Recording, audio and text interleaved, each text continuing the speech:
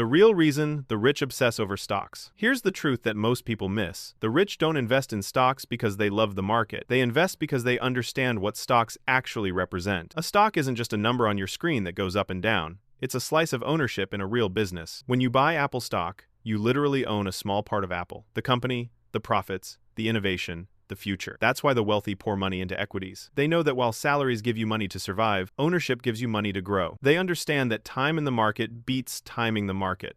The rich don't trade every day. They position themselves for decades. Think about this. The world's billionaires don't keep their wealth in cash. They hold assets, company shares, real estate, and funds. Why? Because inflation quietly eats away at cash, while ownership in strong businesses grows faster than inflation over time. The stock market is one of the easiest ways for regular people to tap into that same wealth-building machine. You don't need millions to start, just the mindset to think like an owner. But mindset is the first hurdle. When most people see a market dip, they panic. The rich, however, see discounts. They know that market crashes are temporary, but ownership is permanent.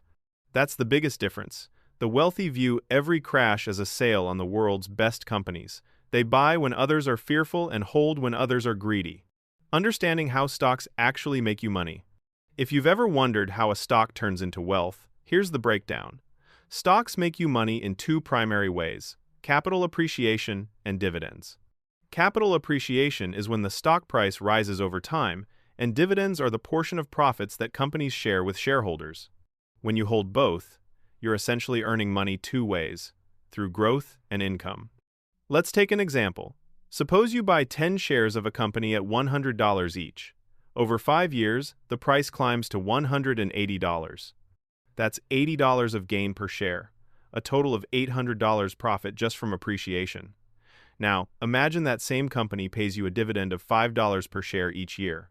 Over 5 years, that's another $250 just from holding the stock. You didn't work for it. You didn't trade daily. You simply owned it. That's how the rich think. They let their money do the heavy lifting. The beauty of stocks is compounding. When you reinvest dividends instead of spending them, those reinvested amounts buy more shares, which then earn more dividends. Over time, your money starts multiplying itself. That's why even small investors can become wealthy, not by gambling, but by holding, reinvesting, and letting time work its magic. Now, most people underestimate this power because they get distracted by short-term noise, daily price swings, media panic, and social media hype. But the wealthy ignore all that. The difference between traders and investors. Here's a truth most people don't like to hear. Traders get attention, but investors get wealthy. Trading is about buying low and selling high in short periods. Investing is about buying ownership and letting time do the work. One is flashy and emotional. The other is calm and mathematical. And if your goal is to be rich, truly rich, you want to be an investor. Traders often rely on timing, predicting market moves, reading charts, and reacting to news. Sometimes they win, but often they don't. The stress, the taxes, the constant watching, it's a job, not freedom. Investors, on the other hand, buy great companies and hold them.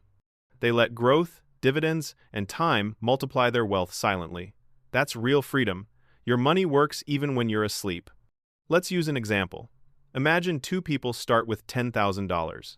The trader buys and sells aggressively, chasing short-term profits, paying taxes and fees each time. After 10 years, maybe they've grown it to $15,000, or maybe they've lost money altogether. The investor, meanwhile, simply puts $10,000 into a quality index fund and forgets about it. With an average annual return of around 8%, that grows to more than $21,500 in 10 years, without lifting a finger. That's not luck, that's compounding and patience. The investor didn't need to guess, they just needed to stay invested. The stock market rewards time, not timing. That's why the richest people in the world aren't day traders, they're owners, founders, long-term holders. Warren Buffett once said, "Our favorite holding period is forever." That's the mindset that turns simple investments into generational wealth. Why index funds are the lazy person's secret weapon. Not everyone wants to analyze financial statements or study market trends, and that's okay. The rich understand something that many overlook. You don't have to be a stock-picking genius to get rich. That's where index funds come in. They're the lazy persons, or rather, the smart persons, secret weapon for building wealth. Historically, index funds have returned around 7–10% per year, which may not sound glamorous, but compounded over 20 or 30 years, it's massive. A $500 monthly investment growing at 8% annually becomes nearly $745,000 in 30 years. That's not theory, that's math. Most people fail because they overthink. They try to outsmart the market, panic during downturns, or stop investing when prices drop. The rich, however, understand that downturns are opportunities. The best time to buy is when everyone else is scared. That's when stocks are on sale. Index funds make this easy. You keep investing, rain or shine, and let the averages work in your favor. How the stock market rewards patience more than skill. If there's one rule that separates the rich from everyone else, it's this: patience pays more than intelligence. You don't need a finance degree to get rich from stocks. You just need to stay invested while everyone else is panicking. The market doesn't reward the smartest person. It rewards the calmest. Think about how most people behave. They buy when the market is booming, when prices are already high, and they sell when it crashes, because fear takes over. The rich do the opposite. They wait quietly during the panic, knowing the cycle will reverse. History shows this again and again.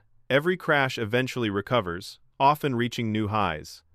The Great Depression, the dot-com bubble, the 2008 crisis, even COVID, every single one recovered. Those who stayed invested got rewarded beyond measure. Patience is more powerful than prediction because compounding takes time. The first few years might feel slow, almost invisible. But as decades pass, the curve of your returns starts bending upward, fast. That's exponential growth. The people who panic early never get to see that explosive phase because they quit too soon. Here's what the rich know. Your biggest advantage in the market isn't timing, it's time. A dollar invested today is more powerful than a dollar invested later because compounding has more years to grow. Warren Buffett made more than 90% of his wealth after the age of 60. Not because he found a secret trick, but because he'd been compounding since he was 11. The math of patience is ruthless, and it's glorious. The psychology of rich investors. You can't talk about stocks without talking about mindset. Because at the end of the day, the stock market is a mirror. It reflects your psychology more than your intelligence. The rich aren't just better investors because they know numbers. They're better because they manage emotions. Most people lose money not because they pick bad stocks, but because they make bad decisions. They buy based on excitement and sell based on fear. The rich, on the other hand, make decisions based on logic. They know the market runs on human emotion, greed, and fear, and they use that to their advantage. When others panic, they stay calm. When others get greedy, they get cautious. Here's something powerful. The rich treat the market like a business, not a casino. Let's put this into perspective. Imagine the market drops 20%. The average investor feels fear. What if I lose everything? But a wealthy investor sees it as, great, quality companies are 20% off. That difference in mindset is everything. The same event, two reactions, one loses, one wins. That's why psychology matters more than strategy. The power of dollar cost averaging. Here's a strategy that quietly makes average people wealthy. Dollar cost averaging, DCA. Here's why it works. You never have to time the market. When prices are high, your fixed amount buys fewer shares. When prices are low, it buys more. Over time, this balances out your cost per share and protects you from emotional mistakes. You're investing through every cycle, the highs, the lows, and everything in between, and that's how compounding quietly builds wealth. The rich use this principle even at massive scales. Pension funds, endowments, and even billionaire portfolios invest continuously, not because they don't know timing, but because they know timing doesn't work. Consistency beats brilliance. The market can crash or soar, but if you keep investing, your average cost and long-term returns stabilize. Here's an example.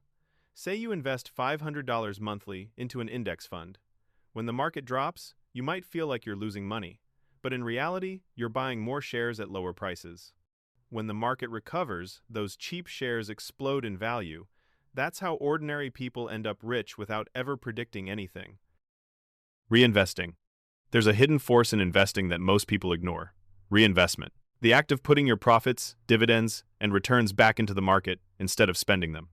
It may sound small, But it's what separates the rich from the average, because reinvestment triggers the one force that no salary can match: compound growth. When you reinvest, your money doesn't just add up, it multiplies. Imagine earning dividends from a company and using them to buy more shares. Those new shares start earning dividends too. That's exponential growth. Your money earns money, and that money earns more money. It's quiet, invisible at first, but unstoppable in the long run. Here's a story that captures this perfectly. Two investors start with $10,000. One cashes out dividends for spending, the other reinvests every penny. Both earn an average 8% annual return. After 30 years, the one who reinvests ends up with roughly double the wealth of the one who didn't, just by letting the snowball roll. That's the compounding effect in action. The rich understand this deeply. They don't see dividends as spending money. They see them as fuel. Every bit of income that goes back into their portfolio accelerates their financial freedom. That's why you rarely see the wealthy selling stocks for short-term pleasures. They let their assets keep feeding themselves.